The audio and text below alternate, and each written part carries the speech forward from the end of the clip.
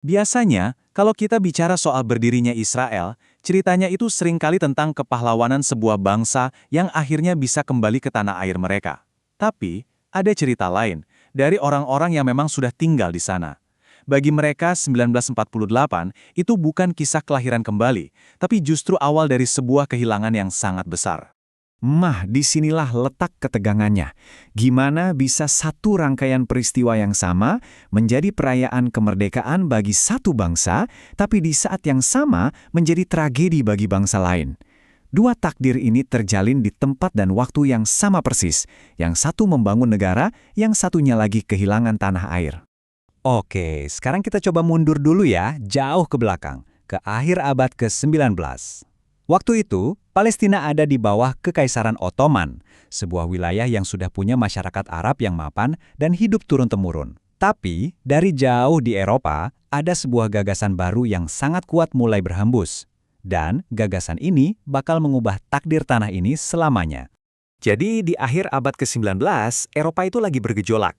Di Eropa Timur, kekerasan massal terhadap orang Yahudi atau yang kita kenal sebagai pogrom terus terjadi. Sementara di Eropa Barat, kasus seperti kasus Dreyfus di Prancis menunjukkan kalau diskriminasi politik itu nyata, bahkan asimilasi pun bukan jaminan. Nah, semua kondisi inilah yang akhirnya memicu lahirnya sebuah ide politik yang benar-benar baru. Dan ide itu adalah Zionisme politik. Seperti yang dirumuskan oleh Theodor Herzl, ini bukan lagi sekedar soal gimana caranya hidup berdampingan. Ini sudah jadi sebuah gerakan nasionalis yang tujuannya cuma satu, mendirikan sebuah negara berdaulat. Bagi mereka, cuma itulah satu-satunya solusi permanen untuk masalah antisemitisme yang gak ada habisnya.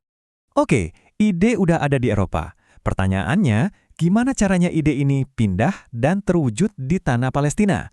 Nah, sekarang kita lihat gimana migrasi dan perubahan ekonomi mulai mengubah tatanan sosial di sana.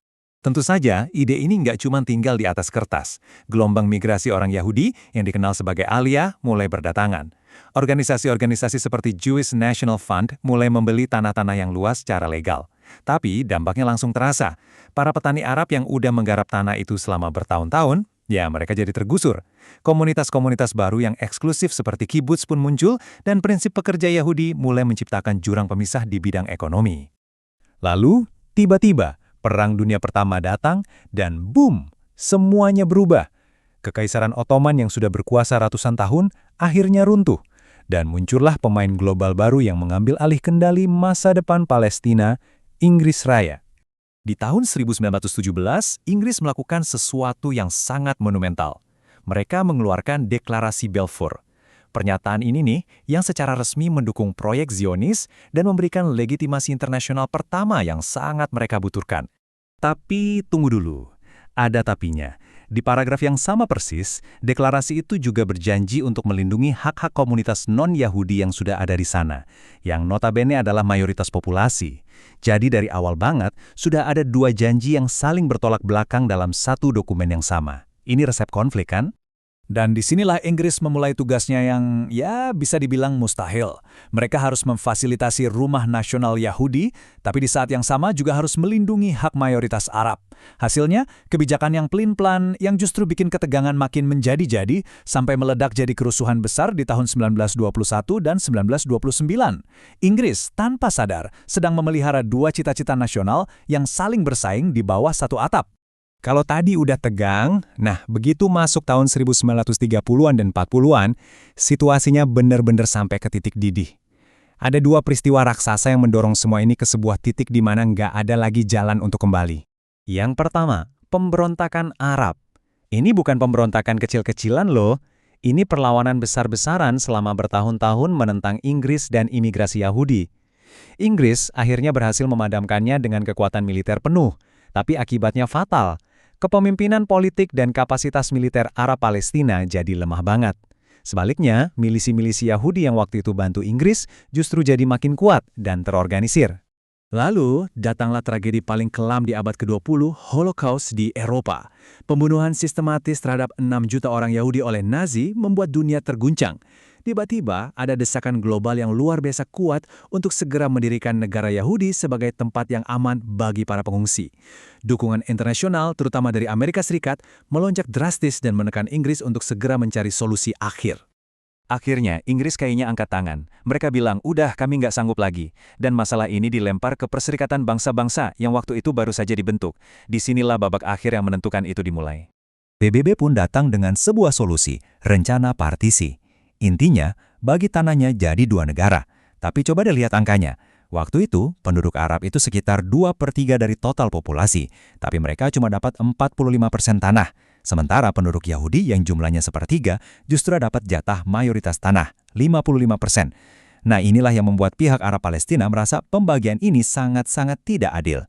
Jadi, bisa ditebak hasilnya. Pimpinan Yahudi menerima rencana itu, tapi pimpinan Arab Palestina dan negara-negara Arab di sekitarnya menolaknya mentah-mentah.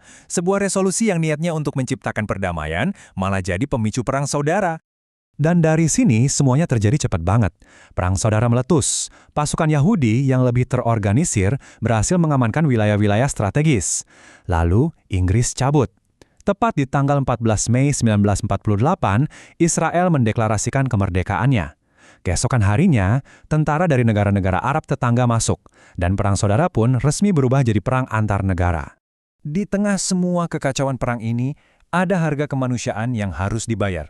Dan angkanya sangat besar, 750.000. Itulah perkiraan jumlah orang Arab Palestina yang meninggalkan rumah mereka, entah karena melarikan diri untuk menyelamatkan nyawa atau karena diusir dari kampung halaman mereka.